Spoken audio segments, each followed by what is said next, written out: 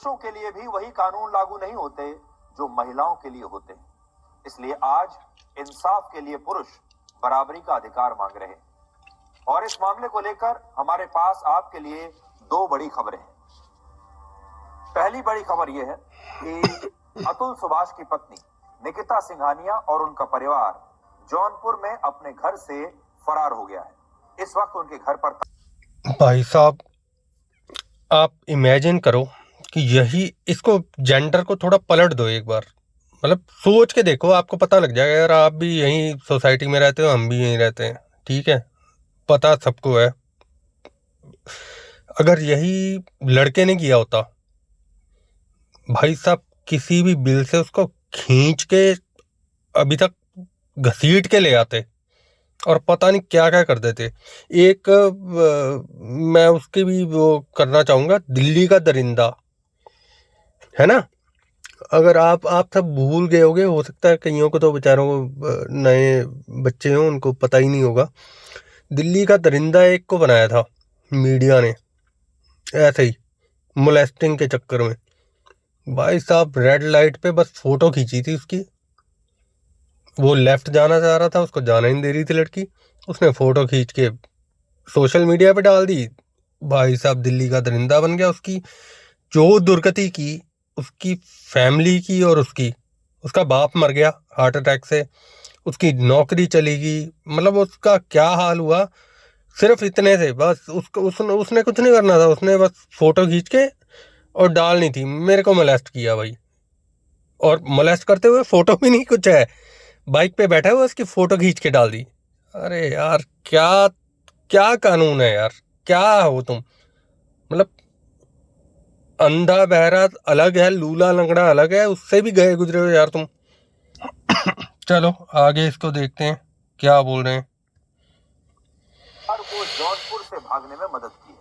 ये परिवार पहले जौनपुर के ही एक होटल में आकर रुका और बाद में ये वहां से भी किसी और लोगों ने मदद की, वहां के लोकल ने। अब उनके घर पर ताला लगा ताला लगा हुआ। कर्नाटक ओके, पुलिस हो गया। इस मामले में निकिता सिंघानिया, उनकी मां और उनके भाई की तलाश कर रही है, क्योंकि बेंगलुरु पुलिस ने इस मामले में एफआईआर दर्ज कर ली है निकिता और उसके परिवार के खिलाफ। और अब भी जब हम आपको ये खबर दिखा रहे हैं, इस समय भी तब तक निकिता के परिवार की कोई जानकारी किसी के पास नहीं है और ना ही होगी। आज यहाँ से कोई नहीं, 4-5 दिन की खेल है। देर रात परिवार यानी कि माँ और उनका बेटा यहाँ से निकल चुके हैं। रात के अंधेरे लगभग 1 बजे रात को चुपचाप अलग अलग दिशा में भाई साहब इनकी, मैं मीडिया वालों की तो खैर इनकी कोई क्रेडिबिलिटी नहीं है, जिधर की हवा होती है उधर ही निकल देते हैं। पर मैं एक बात बता के चल रहा हूँ कि इनकी कोशिश ये रहेगी 4-5 दिन, और वाकई यही है। कितना बड़ा केस हो यार, 5-7 दिन 10 दिन कोई बोल लेगा, उसके बाद भूल जाएंगे यार सब। ये कोई पहला मरा है क्या? इससे पहले कई मर चुके हैं भाई, कई मर चुके हैं। और मरना तो ये चलो छूट गया, जो बिना मरे मतलब लटके रहे हैं, बुरा हाल हुआ है जिनका, उनकी तो बात ही मत पूछो, उनकी बात ही मत पूछो। और दशकों से, कई दशकों से चला रहा है ये, और मरते जा रहे हैं। मतलब सबको पता है, पुलिस को भी पता है, वकीलों को भी पता है, जजेस को भी पता है, और आम जनता को भी पता है क्या हाल होता है। पर घंटा बेंचो क्या करना है, कोई नहीं कुछ करेगा, कोई कुछ करेगा ही नहीं, कोई नहीं करेगा, ना किया है ना करेगा, क्योंकि सबके पैसे बन रहे हैं भाई। पुलिस वो अपना पैसा बनाने में बिजी रहती है उसमें, इन केसेस में, ठीक है। वकील अपने पैसे बनाने में, वकील तो रहते ही रहते हैं हर केस में यार, उनका तो रहता ही रहता है। और जजेस का जिसमें वो बता रहा है, जो वो बता रहा है ना, वो एग्जैक्टली वही चीज़ है भाई, वही चीज़ है। यूपी के कोर्ट्स में, जो डिस्ट्रिक्ट कोर्ट्स है ना छोटे, भाई 50-50 रुपये, 100 रुपये, 200 रुपये जज के सामने ही लेते हैं। आपकी लिटरली मतलब पहली बार जाओगे तो फट जाएगी कि भाई जज सामने बैठा है, उसके सामने मांग रहा है पर वकील बोलेगा अरे कुछ नहीं होता, वकील आपको बताएगा अरे कोई दिक्कत नहीं आप दे दो। फिर धीरे धीरे अपना हैबिचुअल हो जाता आदमी, कोई नहीं दे दो।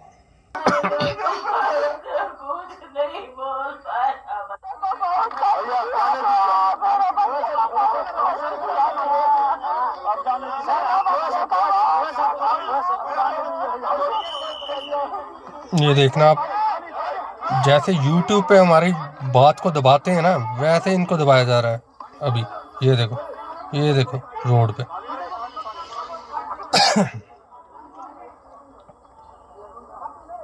ये देखो भाई, नहीं बोल सकते आप, तो नहीं अतुल बोल सकते। सुभाष के माता पिता की जरा स्थिति देखिए। अतुल सुभाष की जो माँ है उनकी तकलीफ को समझिए, और इस बीच को भी देखें तो अब इसमें जो शादी की तिथि है, यानी जब ये शादी हुई है, ये है 26/4/2000। अब इन सर ने बोला है कि ऐसा नहीं करना चाहिए था उनको। हो रहा है जब पुरुष इस देश की व्यवस्था से बराबरी का अधिकार मांग रहे हैं। और आज एक सवाल ये भी है कि कहीं ये देश अतुल को भी वैसे ही ना भुला दे जैसे वो मनीष दलाल को भुला चुका है। आज आपको हाँ, मनीष दलाल का केस भाई 2003 में, वही बोल रहा हूँ, दशकों से चला आ रहा है यार। और इस कहानी को कुत्ते की तरह ट्रीट किया गया। अच्छा, उसके बाद उसको के बाद आपको 1 मिनट, अतुल सुभाष की कहानी और ज्यादा समझ में आएगी। मनीष दलाल को इतना उसको हरास किया गया, चलो मरा नहीं वो, ठीक है, उसने आत्महत्या नहीं करी, तो इसका मतलब ये थोड़ी है यार, मतलब उसको क्या जस्टिस मिला, क्या उस लड़की को सजा दी कुछ? आपने इतने वो बनाए हैं कानून, एटलीस्ट एक ये तो कानून बना दो कि अपना लड़की गलत है तो उसको ये सजा मिलेगी, ये तो कानून बना दो यार। आपकी हद ही है। कौन करेगा शादी यार? लड़के शादियां करना बंद कर चुके हैं, शादी नहीं करना चाह रहा कोई। और बढ़िया है, मैं कह रहा हूं करनी ही नहीं चाहिए, शादी करना बंद कर दो। साली एक बार जब रेशो का पता लगे ना, ये अंधी बहरी गूंगी लंगड़ी सरकार को और जुडिशरी सिस्टम को, तब जाके इनको पता लगेगा। बंद कर दो यार, बिल्कुल बंद कर दो शादी करना, मना कर दो, नहीं करनी ही नहीं है। फिर देखते हैं, हो सकता है पर कुछ फर्क पड़े इनको, हो सकता है, मैं 100% कंफर्म नहीं हूं, पर मुझे लगता है ऐसा करने पे हो सकता है भाई फर्क पड़े थोड़ा बहुत। और इस मामले को वोट पे भी लेके जाओ कि जब तक ये कानूनों पे आप कुछ नहीं करोगे तब तक हम वोट नहीं करेंगे। मैं तो भाई नोटा करता हूं, क्योंकि मैं पहले जब इस मामले पे बात करता था भाई, लाफिंग इमोजी देते थे लोग कि ये लड़के के साथ ऐसा किया गया है, वो लोग हंसते थे भाई। अरे क्या, मतलब अजीब सा ही वो करते थे। अभी एक ये मर गया, चलो एक ये क्या मरा, इससे पहले बहुत मरे हैं, बहुतों ने अपने बेटे खोए हैं, पर वही थे, हंसते थे लोग तब से। पर अभी लोगों को समझ में आना शुरू हुआ है इस मामले से, चलो अच्छी बात है। तो भाई मैं ये बोलूँगा, जब तक वोट पे असर नहीं पड़ेगा ना किसी नेता की, तब तक नहीं सुनेंगे वो तुम्हारी, नहीं सुनेंगे, चाहे वो लड़की के मामले का हो, क्योंकि लड़कियों को भी ऐसे ही दुखी किया जाता था, ठीक है, अब लड़कों को दुखी किया जाने लग गया है। तो किसी को भी दुखी किया जाता हो, इक्वालिटी मतलब इक्वालिटी होता है, 50-50 मतलब 50-50 पे ही रहना चाहिए, ना उसको तंग करना चाहिए ना इनको तंग करना चाहिए। कानून बनाए हैं उस बेस पे बनाओ कि हाँ उसको भी बात रखने का हक हो, आप लड़कों के खिलाफ जो कानून बनाए हैं उस पे तो उनको बात रखने का हक नहीं दिया यार तुमने। वो हरासमेंट रेप का कानून डाल दे, आप मेडिकल नहीं करवा सकते हो। वो सिर्फ बोल दे, आप उसको घर से उठा के ले जाते हो। तो ये पुलिस वाले, कानून वाले, इनके बच्चों के साथ नहीं हो सकता, सबके साथ होगा यार। तो सबको हक है भाई, बराबरी का हक होना चाहिए। बेटी बचाओ पर बेटे को मरवाओ मत।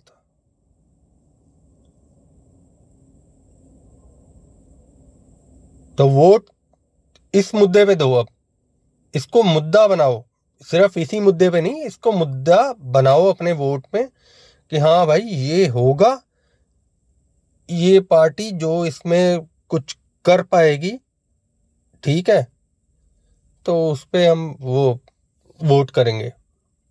बाकी यार बहुत ही शर्मनाक बात है यार, क्या कंट्री, अपना देश को हम बोलना नहीं चाहते पर क्या यार कंट्री तुम बना रहे हो, हद ही कर रहे हो, हद ही कर रहे हो। बाकी मैं तो कहूँगा भाई शादी मत करो, कम से कम 20% 25% सेफ रहोगे। बाकी तो तुम पे कोई भी हरासमेंट का केस आता जाता इधर उधर का कोई चलता फिरता कोई भी डाल दे, गए तुम।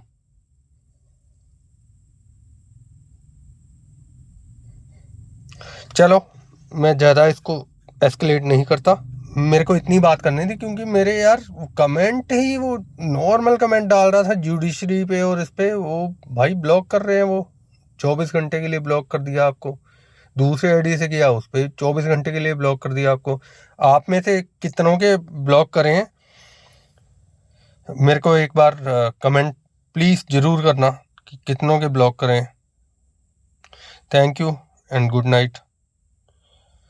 इसकी आत्मा को तो क्या शांति मिलेगी, कुछ नहीं मिलनी भाई, कोई शांति बनती नहीं मिलेगी। यहाँ शांत नहीं रहा तो वहाँ क्या शांति मिलेगी बेचारे को।